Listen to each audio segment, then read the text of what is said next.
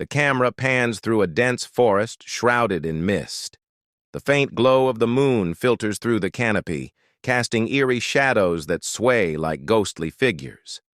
A single swing creaks on rusted chains in a dilapidated playground at the forest's edge. When Ellie and her husband Mark moved to the small, sleepy town of Havenbrook, they were looking for a fresh start.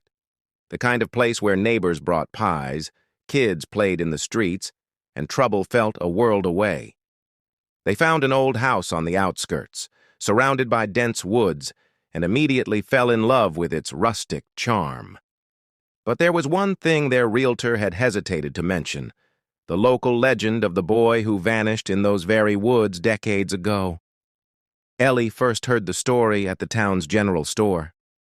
Mrs. Jenkins, an older woman with too much time and a penchant for gossip, leaned over the counter as she bagged Ellie's groceries. "You're living near Whispering Pines? Oh, honey, you best keep your windows locked at night, and don't go wandering in those woods." Ellie had laughed nervously, brushing it off as small-town superstition. But the older woman's expression remained deadly serious. That boy, he never came home, and some say he never left. That night, Ellie told Mark about the tale over dinner. He dismissed it with a wave of his hand, calling it a local ghost story meant to spook outsiders. Still, Ellie couldn't shake the unease that settled in her chest. The first strange occurrence happened the following evening. Ellie was in the kitchen when she heard faint laughter outside, a child's laugh, high-pitched and melodic. She looked out the window, but the yard was empty. The laughter faded into the trees. Mark shrugged it off when she mentioned it. "It's probably one of the neighbor kids. Sound carries weird out here." But Ellie knew what she'd heard. The following week, the couple's dog, Max, started acting strangely. He refused to go near the woods, growling at the trees as though something were lurking just beyond the shadows. Late at night, he would stand at the back door, whining softly. One night, Ellie woke to the sound of scratching. Groggy, she nudged Mark awake. "Do you hear that?"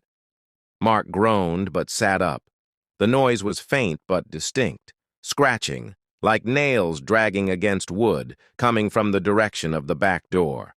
Mark grabbed a flashlight and crept downstairs. Ellie followed close behind, her heart pounding. When they reached the door, they found Max trembling, his ears pinned back. Mark opened the door slowly, shining the flashlight into the yard. The beam illuminated the swing set in the distance, the chains swaying gently as if recently touched. But there was no wind. The next morning, Ellie decided to venture into the woods, hoping to put her fears to rest. She told Mark she was going for a jog, but instead followed the faint trail leading deeper into the trees. The air grew colder the further she went, the towering pines muffling the sounds of the outside world.